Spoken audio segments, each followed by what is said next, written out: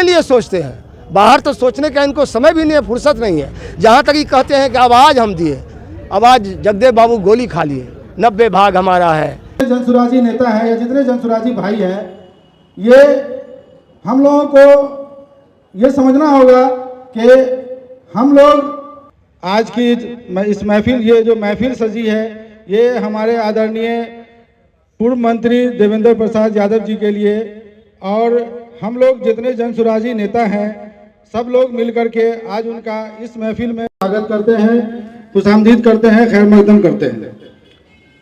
और आज की इस महफिल में हम सिर्फ इतना ही कहना चाहेंगे आप लोगों से कि हम लोग जितने जनसुराजी नेता हैं या जितने जनसुराजी भाई हैं, ये हम लोगों को ये समझना होगा कि हम लोग प्रशांत किशोर जी के अनुयायी हैं।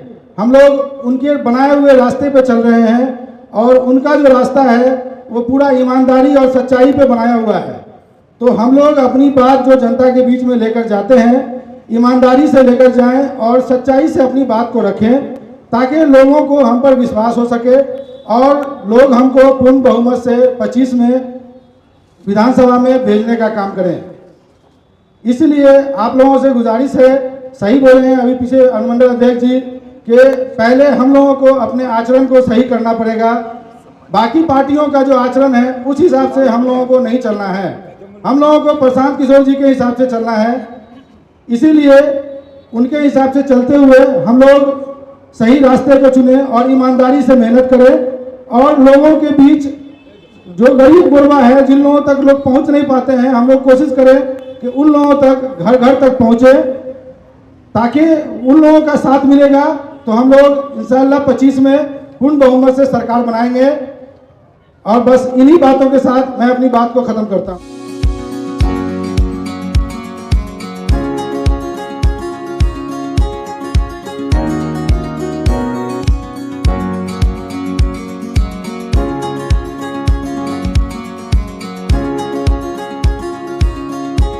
सर, जनसुराज की ओर से आज जनसंवाद का आयोजन हुआ है मधुबनी में, और आज बतौर मुख्य अतिथि आप इसमें शामिल हुए हैं। क्या उद्देश्य था, क्या आपने कहा है यहाँ के आवाम को, जनता को? देखिए, हमने, आपको मालूम है कि जनसुराज ने शुरू से शिक्षा पर बेरोजगारी के मामला को सबसे ज़बरदस्त रूप से उठाने का काम किया है। जबकि समाजवाद का भी यही लाइन था कि समाजवाद में शुरू से कि सबको शिक्षा सबको काम, समाजवाद का यही पैगाम। तो समाजवादी जो लोग थे वो मुखौटाधारी बन गए, पूरे बिहार में मुखौटा समाजवाद का रखे हैं और कहते हैं कि हमारा विरासत कोई छीन लेगा। बोलते हैं ना लोग, क्या समाजवाद यहाँ बैजनाथ झा का विरासत नहीं है? क्या समाजवाद मधुली मई का विरासत नहीं है? क्या समाजवाद डॉक्टर लोहिया का विरासत नहीं है? क्या समाजवाद जॉर्ज फर्नांडिस का विरासत नहीं है? जात नहीं, जमात की ओर की बात कर रहा हूँ। तो इन लोगों का विरासत है। इनका कब विरासत हुआ? बिहार में एक पार्टी कहता है मेरा विरासत है, हमको कोई छीन लेगा, हम लोग समाजवादी हैं। ये कब समाजवादी हुए? ये तो केवल अपने लिए सोचते हैं, बाहर तो सोचने का इनको समय भी नहीं है, फुर्सत नहीं है। जहाँ तक ये कहते हैं कि आवाज़ हम दिए, आवाज़ जगदेव बाबू गोली खा लिए, 90 भाग हमारा है, 100 नारा दिए थे ना, गोली खाना पड़ा ना। बीपी सिंह छत्री होकर, राजपूत होकर 9 अगस्त 1990 को जब मैं पार्लियामेंट के मेंबर था, मैं बोला था उस पर, और मंडल कमीशन को लागू किया। क्या सवर्णों का योगदान नहीं है? क्या उन्होंने आवाज़ नहीं दिया? क्या जात का सवाल है?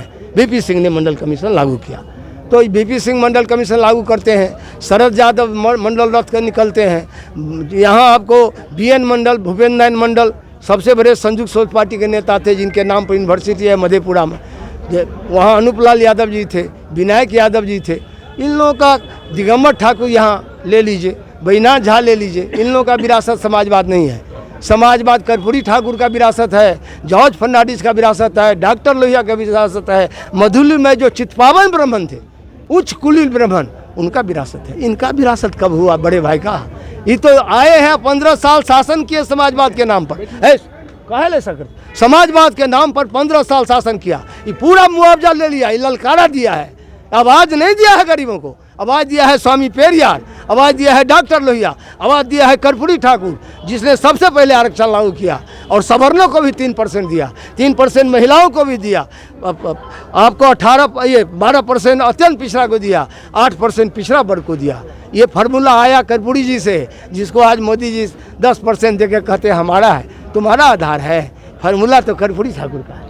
सर, प्रशांत किशोर जी ने जिस तरीके से बिहार में पिछले कुछ सालों से यात्रा कर गांव-गांव घूमकर एक नया विकल्प दिया है, ऐसे में उन जो पार्टियां पुरानी हैं, जो आप भी जान रहे हैं, पूरी दुनिया जान रही है, उन लोगों का क्या हाल होगा? हाल यही है कि जनता दो ध्रुवीय राजनीति से जनता का मन उचट चुका है।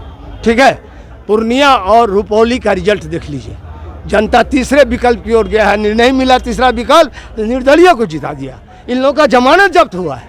इसी रुपौली के विधानसभा के उपचुनाव देख लीजिए और पूर्णिया का लोकसभा के चुनाव का परिणाम देख लीजिए। जनता दो ध्रुवीय राजनीति से उचट चुका है। जनता को तीसरा धुरी चाहिए राजनीति का। जनता तो छटपटाहट में है और नेता है घबराहट में और बौखलाहट में, प्रशांत किशोर के खिलाफ। सर, आखिरी सवाल है आपसे कि आप खाद्य आपूर्ति मंत्री भी रहे हैं और बड़े नेता रहे, बहुत काम किया आपने। आप जैसा नेता जनसुराज में शामिल होकर क्या संदेश जाना चाहता है, जबकि कोई किसी भी पद पे मैं अपनी बात यहाँ स्पष्ट कर दिया हूँ जी। क्या कि भगवान बुद्ध को भी 40 साल तपस्या करना पड़ा, तब मानवता का संदेश मिला उनको। हम भी समाजवाद का रिसर्च कर रहे हैं, खोज कर रहे हैं। प्रशांत किशोर सबसे नज़दीक पाते हैं इसको, जन स्वराज को, समाजवाद को सबसे नज़दीक सिद्धांत को यही लागू कर रहे हैं, मैंने यही उसको उठा रहे हैं। तो समाजवाद की खोज में हम भटकते रहते हैं। क्या अपील करेंगे जिलावासियों से? अपील यही करते हैं कि परिवर्तन होना चाहिए। एक जगह ये जो 15 साल, अब तो 35 साल का हो रहा है, ये 35 साल शासन का हो गया, आप बता दीजिए कोई परिवर्तन हुआ हो? अब बजटरी प्रावधान है तो सड़क, पानी, बिजली, ये तो हर सरकार का एजेंडा है। सरकार का एजेंडा अलग होता है और जनता का एजेंडा है नहीं, हमको चाहिए शिक्षा, हमको चाहिए रोजगार, हमको चाहिए किसानों को सही मूल्य मिले कृषि का, हमको चाहिए सिंचाई, हर खेत में पानी मिले, हमको पर्यावरण करो, हमको स्वास्थ्य का जन स्वास्थ्य का सुविधा करो। जनता का मुद्दा बिल्कुल अलग है और नेता का मुद्दा है भावना का सौदागरी करो और नया रेवड़ी बांट के सबका वोट ले लो और 4.5 साल कभी नहीं आओ, डिस्कनेक्ट हो जाए जनता से और 6 महीना रहे तो यात्रा चला के कनेक्ट हो जाए। स्वराज चुनाव लड़ेगी पूरे विधानसभा में।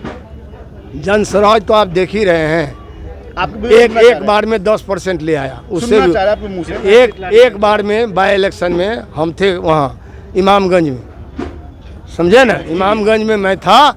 इमामगंज में 38,000 वोट है, देख लीजिए। मधुबनी की पहली बात, बार मधुबनी जिला की बात, अब जिला की बात अभी नहीं होगी, ये सब तरीका वहाँ से तय होता है। जन स्वराज में कोई एक व्यक्ति कुछ नहीं है। सबसे पहले आज समता जन संवाद आयोजन के सभापति और जन स्वराज जिला के अध्यक्ष श्री वशिष्ठ नारायण झा जी यहाँ मंच पर विराजमान हैं।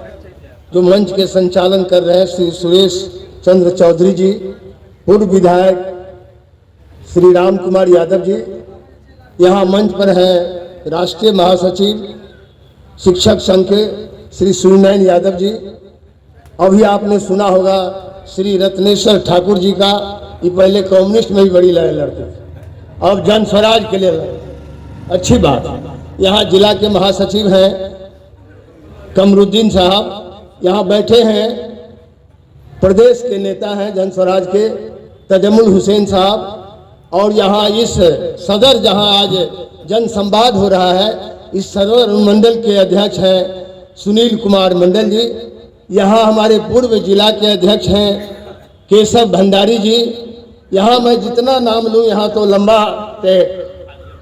लास्ट लिस्ट है हमारे पास। लक्ष्मी देवी जो जिला अध्यक्षा है महिला सेल का, और रंजीत ठाकुर जी युवा जिला अध्यक्ष, सुरेश चंद्र चौधरी जी, और फुलपरास अनुमंडल के अध्यक्ष राजनारायण यादव, डॉक्टर राजनारायण यादव जी, दीपक पोद्दार जी झंझारपुर, और हरे राम ठाकुर जी बेनीपट्टी, राम नारायण पंडित जिला ये जयनगर के अध्यक्ष हैं संगठन के, आजाद गुप्ता जी, और कारी यादव जी राजनगर, और राजकुमार राम जी मुखिया राजनगर, और ये अनिल मिश्रा जी जो बहुत ही साफ गोई से अपनी बात कह रहे थे, कार्य समिति के सदस्य प्रदेश के राजेश कुमार सिंह जी बबलू जन सुराजी नेता हैं।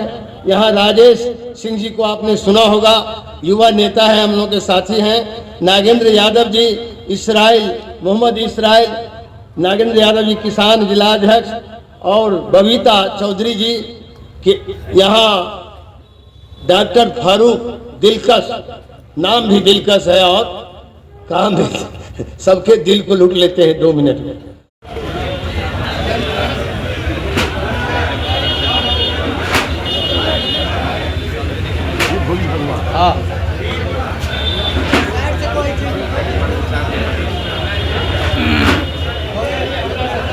ये समाजवादी धरती रही है, भले ही लोग जो गंगा का पानी इधर से उधर कर दे। यहाँ बाबू दिगंबर ठाकुर प्राथमिक शिक्षा मंत्री हैं जो समाजवादी थे। यहाँ शिवचंद्र झा जो समाजवादी सोशलिस्ट पार्टी से वहाँ MP हुए थे झंझारपुर से। यहाँ प्रोफेसर रामदेव भंडारी लगातार संघर्ष करते रहे और लड़ने के बाद फिर राज्यसभा में गए। कितना संघर्ष करना पड़ा उनको। रामफल चौधरी जी को कितना संघर्ष करना पड़ा। जोगी झा जी जो यहाँ झिटकी बनगम्मा वो भी MP हुए।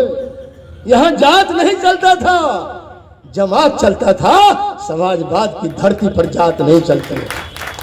आज उसी बात के लिए आपसे निवेदन करने में जनसंवाद में खास के ये मेरा धरती है इसलिए आया हूँ। कुछ लोग कह रहे थे छोड़ दीजिए आगे बढ़ाए, उनको आम सभा नहीं है, 5 आदमी होगा। डॉक्टर लोहिया 5 आदमी में बोलते थे, आज न कल तो हिलेगा, कुछ तो हिलेगा। चलो जितना है, संख्या की चिंता हमको नहीं है, सिद्धांत बल रहेगा तो आज न कल संख्या बल आएगा। जैसा प्रशांत किशोर का भी मानना, संख्या की चिंता हम नहीं करते हैं। कौन आता है कौन जाता है, राह को देखते हैं, राही को नहीं देखते।